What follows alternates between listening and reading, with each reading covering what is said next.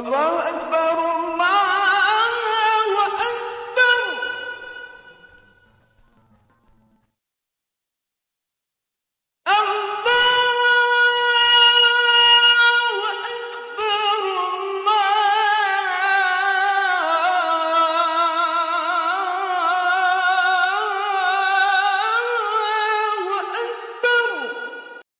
Ada satu ibadah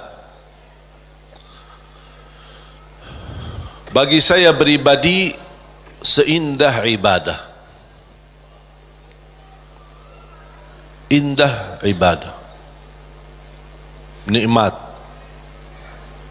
Bahkan Rasulullah SAW sebutkan senjata bagi orang mukmin ibadah tersebut. Senjata. Doa. Seindah ibadah bagi saya adalah doa. Bahkan orang yang tidak selalu berkenan berdoa kepada Allah, orang itu sombong. Sebagaimana Allah sebutkan di dalam surat Ghafir, surah 40 ayat 60. أعوذ بالله من الشيطان الرجيم وقال ربكم ادعوني أستجب لكم إن الذين يستكبرون عن عبادتي سيدخلون جهنم داخرين صدق الله العظيم. وَقَالَ رَبُّكُمُ ادْعُونِي أَسْتَجِبْ لَكُمْ. Allah memerintahkan kalian untuk berdoa kepadaku, kata Allah, aku akan ijabah. Berarti kalau kita doa, berarti itu kan perintah. Ud'uni, perintah. Allah mengajak kita, memerintahkan kita berdoa. Dan Allah juga menjanjikan, astajib lakum, aku akan ijabah. Saya mengambil kesimpulan dari ayat ini, dan ada ayat yang lain. Saya suka berdoa seperti ini. Ya Allah, aku berdoa memohon kepadamu sesuai perintahmu. Sesuai perintahmu. Karena yang memerintahkan kita doa siapa? Allah. Ya Allah, aku berdoa memohon kepadamu atas perintahmu. Ya Allah, aku mohon diijabah sesuai janjianmu. Bisa enggak hafal doa ini? Nah, ini doa saya ini. Bisa? Itu kalau bahasa Arab namanya ta'wilul Quran. Namanya ta'wil Al-Quran. Mengambil ayat, memahami ayat tersebut dan bisa mengeluarkan doa dari makna daripada ayat itu. Allah memerintahkan kita berdoa dan Allah janji akan terima. Ya Allah, aku berdoa sesuai perintahmu. Karena Allah memerintahkan saya berdoa, aku berdoa. Tapi aku mohon diijabah sesuai janjianmu. Karena sungguh innallaha la yukhliful mi'ad. Allah tidak mengingkari janji. Sebenarnya mengucapkan doa atau melafazkan doa itu kembali kepada kemampuan kita masing-masing. Tidak harus sesuai kata yang saya sampaikan, tapi yang saya harap Bapak Ibu fahami apa yang saya makna, apa yang saya maksud, dan ucapkan. Bisa anda membuat ucapan sendiri yang bisa menjadi tanda hubungan anda sama Allah Subhanahu wa taala. Karena doa adalah hubungan hamba sama Allah. Ada satu ayat di suratul Baqarah 186.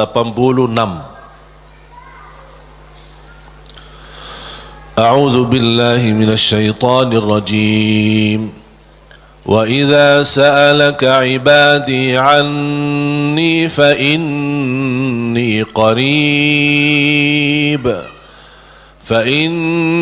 قريب أجيب دعوة الداع إذا دعان فليستجيبوا لي وليؤمنوا بي لعلهم يرشدون.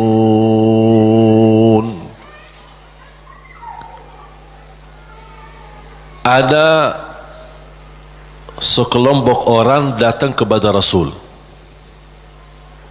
Ini sebab nuzul ayat ini. Arabbuna qaribun fanunajih am ba'idun fanunadih. Mereka bertanya sama Rasulullah SAW, ya Rasulullah, apakah Allah dekat? Cukup kami bermunajat fanunaji, atau Allah jauh perlu munadat. Munadat dalam bahasa Arab panggilan bagi orang yang jauh. Munadat. Kalau munajat orang yang dekat. Makanya dalam bahasa Indonesia disebut apa? Kita bermunajat kepada Allah. Makanya ada sahabat bertanya, ya Rasulullah, apakah Allah dekat? Cukup kami munajat, artinya tidak perlu kerasi suara, tidak perlu teriak-teriak, karena Allah sudah dekat. Munajat namanya kalau bahasa Arab. Makanya ketika saya mendapatkan kata munajat dalam bahasa Indonesia, ini sebenarnya dari bahasa Arab. Munajat bahasa Indonesia sama munajat dalam bahasa Arab. Tapi punya makna. Kalau yang selama ini Bapak Ibu yang fahami barangkali daripada munajat, doa kan? Ada arti yang lain selain doa? Tapi kalau dalam bahasa Arab munajat, doa kepada Allah yang sangat dekat. Itulah artinya. Munajat, berdoa kepada Allah yang sangat dekat. Makanya disebut kata munajat. Beda sama munadat. Terakhir T.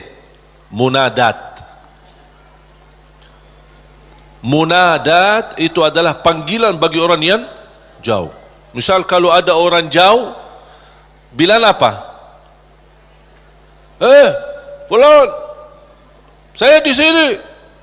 Kan dia jauh, biar dia perhatikan kita. Itu kalau dalam bahasa Arab nada. Nada panggil orang yang jauh supaya dia bisa mendengar kita. Sahabat bertanya, Rasul, apakah Allah dekat? Cukup kami munajat atau Allah jauh perlu kami munadat? D dan terakhir T. Munadat. Rasulullah SAW diam, tidak menjawab. Turunnya wahyu membawakan ayat ini, Suratul Baqarah ayat 186.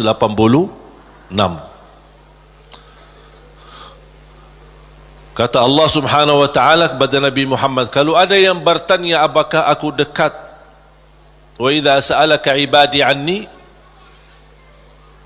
atau jauh, jawablah, fa inni qarib, aku sangat dekat. Fa inni qarib ujibu da'watad da'i idza da'an. Menijabah doa orang yang berdoa. Ini jaminan. Ujibu da'watad da'i idza da'an. Jadi jangan ada bahasa yang berkata doa aku tidak dijabah. Itu salah. Karena Allah berfirman, bahkan ada ikatan, yang berdoa kepada aku ijabah. Artinya apa? Yang tidak berdoa kepada aku, buat apa aku ijabah? Betul enggak?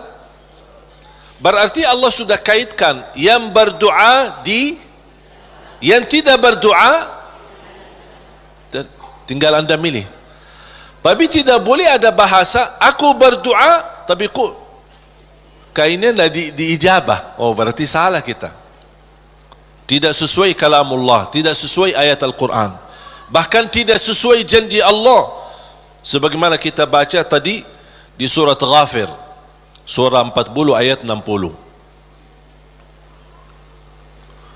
Jadi jamaah sekalian, ketika berdoa, yakini doa itu bukan terpilih untuk seorang tertentu. Boleh minta doa sama orang salih, guru kita, ulama, kiai, habaib, boleh. Ketika kita berkesempatan jumpa mereka, tolong doain, semoga lancar, boleh. Tapi kalau udah ketemu, dah mau berdoa, mau enggak? Ya harus mau. Masa tunggu-tunggu orang-orang yang salih datang baru kita minta? Atau kita capek cari ke sana kemari? Kalau kita kebetulan di tempat yang tidak ada orang salih, bagaimana? Masa tidak mau berdoa? Kalau tidak mau berdoa, itu justru tanda orang sombong. Berdoa dengan keyakinan Allah pasti ijabah. Jangan ada sedikit keraguan, apakah mau enggak Allah terima doa saya? Fantas enggak saya diterima doa? Perbuatan perilaku saya seperti ini. Jangankan doa kita, kira-kira siapa yang lebih jahat, kita atau setan? Hah? Oh, jawab dong. Oh, kalau ada yang jawab aku lebih buruk dari setan, na'udzubillah, ini kenal diri banget ini. Tak ada yang lebih buruk dan jahat daripada setan. Setan pernah berdoa, Allah ijabah doa ini. Apalagi kita. Setan yang sudah namanya seburuk makhluk, yang sudah terancam di masuk neraka, yang sudah berupaya untuk mengajak manusia masuk neraka, pernah berdoa. Tahu enggak doanya apa? Ketika dia menolak perintah Allah bersujud kepada Nabi Adam, Allah usir dia dari rahmatnya, dan Allah subhanahu wa ta'ala ancam dia masuk neraka. Apa permintaannya? Dia minta satu, kalau memang seperti ini, ya Allah, mohon panjangkan umur saya sampai hari kiamat. Satu-satunya makhluk yang umurnya panjang sampai hari kiamat itu syaitan. Masih hidup. Sampai akan datang satu saat, itu menjadi salah satu ciri hari kiamat. Di akhir zaman, sudah di ujung dunia, Allah kirimkan sebuah angin. Setiap manusia beriman mencium angin itu, dihirup angin itu, akan langsung mati. Yang hanya tersisa di muka bumi, yang tidak ada orang mengucapkan la ilaha illallah. Habis. Dan mereka sendiri yang nanti yang menjadi seburuk-buruk manusia di muka bumi, yang tidak ada sedikit pun beriman kepada Allah Subhanahu wa ta'ala. Dan mereka yang akan menghadapi proses kejadiannya hari kiamat, sampai mereka mati semua total, baru Allah Subhanahu wa ta'ala memerintahkan malaikat Israfil untuk meniup, dan kemudian keluar suara yang kencang, dan dihidupkan semua manusia kembali, yang baik, yang buruk, yang salih, yang talih, yang beriman, yang tidak beriman, semua akan dihidupkan kembali sama-sama. Jadi syaitan diijabah doanya.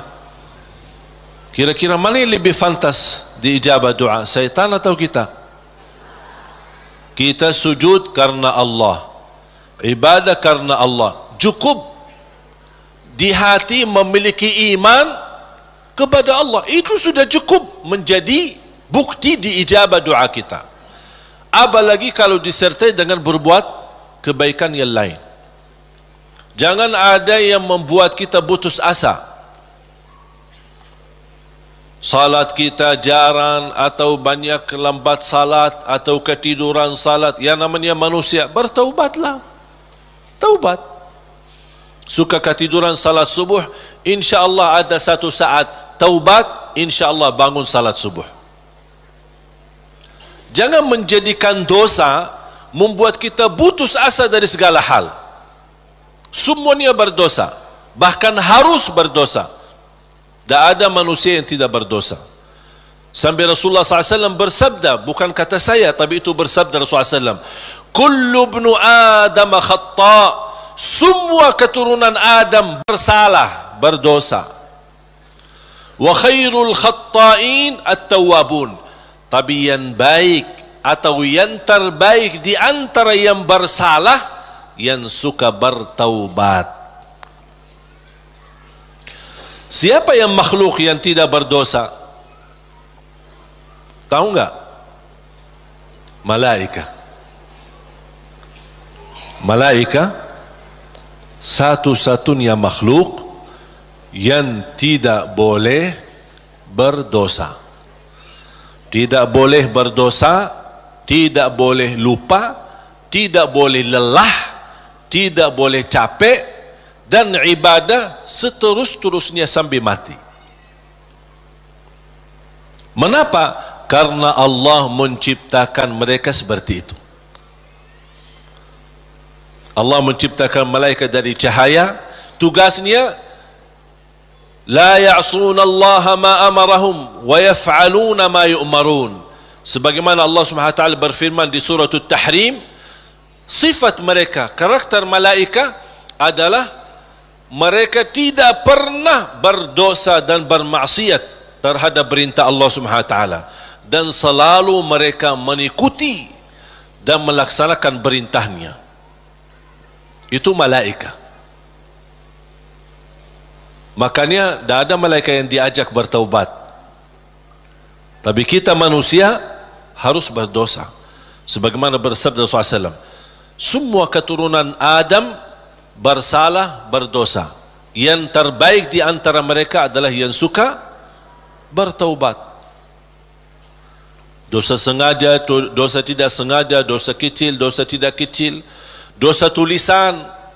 Sekarang karena kita bergaul dengan sosial media, pasti ada kata-kata.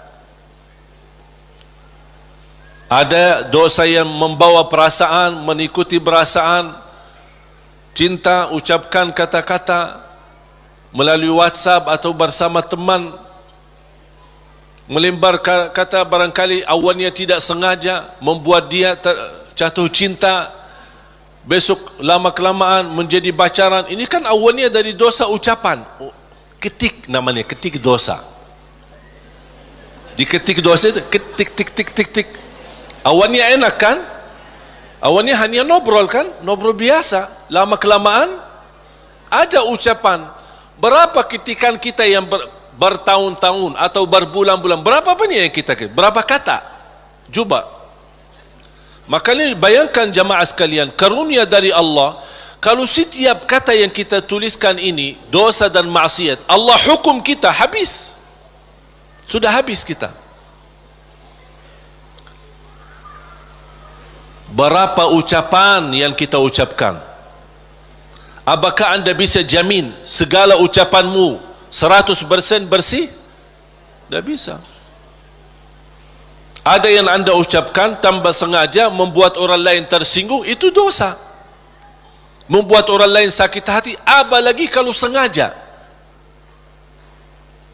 Makanya kenapa kita disuruh banyak istighfar? Karena dosa-dosa yang kita lakukan, tanpa kita sadari, mudah-mudahan diampuni Allah Subhanahu wa taala. Makanya salah satu karunia, kata Rasulullah SAW, wassalatu ila salat mukaffirat. Salat dengan salat selanjutnya di antaranya adalah terhapus dosa-dosanya. Dari hari Jumat ke Jumat berikutnya terhapus di antaranya dosa-dosa kita. Dari Ramadan sampai Ramadan yang akan datang terhapus dosa-dosanya di antaranya. Dan ini kan karunia dari Allah. Kalau bukan karunia ampunan dosa-dosa itu, antara salat, antara azan dan iqamah, antara Ramadan sama Ramadan, antara Jumat sama Jumat, aduh, dosa kita bakal banyak sekali.